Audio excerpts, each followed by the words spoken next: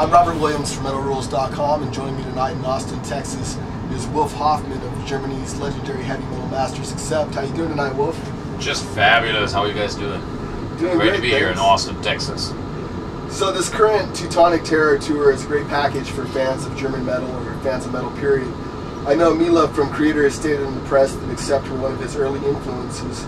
Were you aware of Creator in the 80s during your initial heyday? Give me your take on the music of Creator and how you've enjoyed touring with those guys so far. Man, we love touring with them. Good bunch of guys, and you know, we both have a German background, obviously. So yeah, we get along great. Everything's way cool. So let's talk about your latest album, Stalingrad. There must have been an enormous pressure to successfully follow up your last release, the very well-received Blood of the Nations comeback album. How are you guys able to bounce back with a follow-up album so quickly? Where did you guys find the time to write the new material? You know what? This is how we do it. We came off the road in last well, let's see, that was in August, I believe, and we took a short break of a couple of weeks and then went straight back to the studio and locked ourselves into the studio for the next 2-3 months solid and just did nothing but songwriting.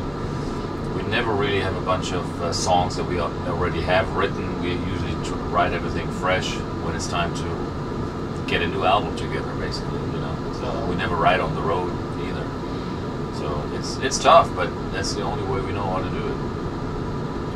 So the album title Stalingrad and its subtitle Brothers in Death symbolizes one of the bloodiest, hard-fought battles in history. How did you guys decide on Stalingrad as the title for your new album? And is there a World War II history buff in the band? Not really. Buff would be stated too much, but you know, I came across the story of Stalingrad and I felt that wow, it's a terrific story that needs to be told, or it could be told, and would make a great metal song. And so we used it as an inspiration to tell a fictitious story of two soldiers in their last moments while they're on the battlefield, two opposing soldiers, and that's why we have the subtitle Brothers in Death. That kind of explains it a little better, because it wasn't really supposed to be about the goriness of World War II battles or anything like that. We just used it as a background to tell a more of a personal story, you know, human tragedy story. And I just, you know, I just find it a fascinating, shocking, and horrific story. The whole battle of Stalingrad and stuff. And it's just such a powerful symbol, or such a powerful word, even that a lot of everybody, especially in Europe, you know, as soon as they hear Stalingrad, it means something to them, mostly, you know, horrific stuff. So that's really interesting, because you said you came across that title and it was something that you wanted to write about, keeping in mind that ACCEPT vocalist Mark Tornillo was the primary lyricist for the songs in the new album. Is that how things work? You come up with something that you want to write about and you just hand it over to Mark? Totally. That's, you know, the way we always write is everything's usually just based on music, riffs and stuff, first and foremost. And Peter and I usually do that first. We kind of get together for weeks at a time, months at a time, and just sort of bounce ideas back and forth and crank riffs and exchange riffs and stuff. And then eventually we come up with a basic song idea. And a lot of times at that point we already know what the chorus will be like. And in the case of Stalingrad, that was one of the first songs we've written. And then we give that idea to Mark, and he just sort of fleshes out the verses and stuff. And some other times we're not sure what the song should be about. We don't have a good title, and then we just give that blank to Mark. Peter's usually does some scratch vocals on all of our songs, you know, and a lot of times he's just sort of just miming mumble jumble English kind of sounding stuff, which is actually quite funny sometimes. And we give that to Mark, and he tries to make sense of it, or maybe, you know, like in the case of Hung, Drawn, and Quartered, we had no idea what the song should be about or what the title was. We just had all kinds of title ideas, none of which we liked, and then finally Mark said, well, you know, he came up with it. Yeah. So one thing that's currently missing from the ACCEPT discography would be a live album and or DVD with Mark Tornillo on vocals. Are there any plans on that front? In the works, brother. In the works. We've already recorded some stuff, and we want to do some more, and hopefully if everything goes well, we can release something in the very near future. Was that recorded or filmed all across the globe, or one place? Yeah, we've recorded some shows, some festival shows, and actually we already released a little bit on this last album as a bonus, on a bonus DVD.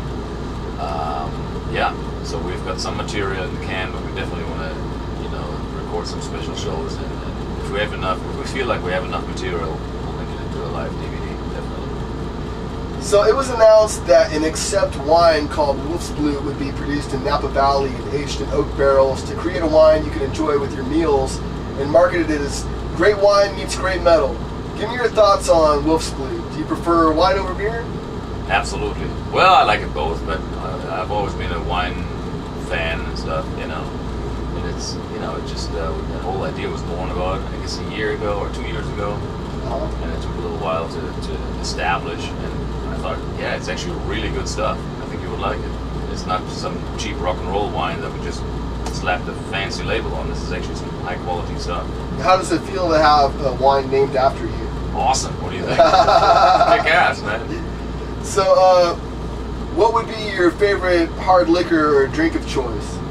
Hard liquor, probably Jack Daniels. That's some pretty good stuff. Maybe because I live in Tennessee, but I really like that stuff. And funny enough, I never used to like it in the 80s. So everybody was always Jack Daniels, and then I guess I've just sort of developed a taste for it now.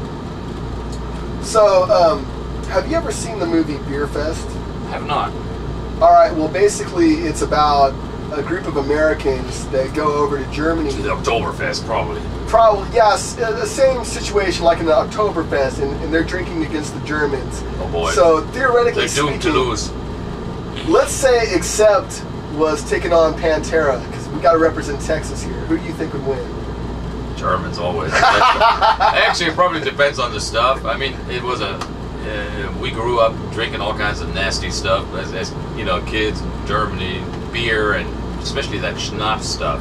Yeah. And every time I remember American guys that we met in Germany, we always, hey, you gotta, you know, we always got them into the pub and presented them some of that German clear schnapps, which is totally different from your peppermint stuff that you call schnapps over here. But the German stuff is hardcore. I mean, 2 or 3 of those guys, and you were under the table every time. And you've heard the stories, the legendary stories about how the Texas Outlaws and Pantera could drink, and you're putting that on the line and saying the Germans, huh? Well, it depends on what it is. Maybe if it's tequila or so, I'm like, I can't handle that stuff at all.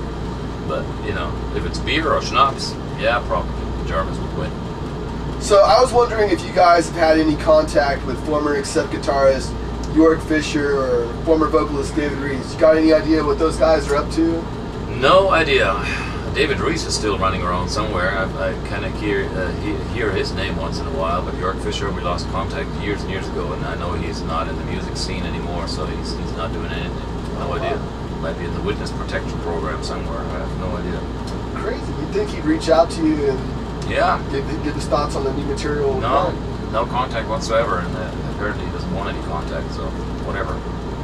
Accept is definitely recognized as being one of heavy metal's most respected and revered elder statesmen alongside bands like Priest, Statesman, I like that. Maiden, Black Sabbath, with players like Lemmy from Motorhead or Alice Cooper pushing 70 and still continuing to rock. Do you give much thought to how long you guys will continue to record and tour as Accept? I think we've got a good few years ahead of us. I mean, we're a generation or half a generation behind all these guys, so that's good. We're not, quite the age of Lemmys and the Scorpions and all these guys, Yeah. Because we were all born in the late 50s, early 60s. So that, I think we're doing pretty good. So the best is yet to come, brother. So what's next for Accept? Well, this tour is actually going to continue all the way into December. We're going to go after this Creator thing is going to go on for a few more dates, and then we're going to do some headlining shows here in the U.S., and after that we're going to attack Europe for about a month. After that it's Central America, Asia, Australia. Alright, well, I'd like to thank you so much for taking the time to talk metal, Wolf. Any last words for your fans watching at home? Man, we're having a ball, and we're glad if people are coming out to see us, and together usually it's unforgettable some of those nights, so I'm really enjoying what we're doing. Looking forward to doing it again tonight, man. Thanks a lot, Wolf. You bet. Very cool. So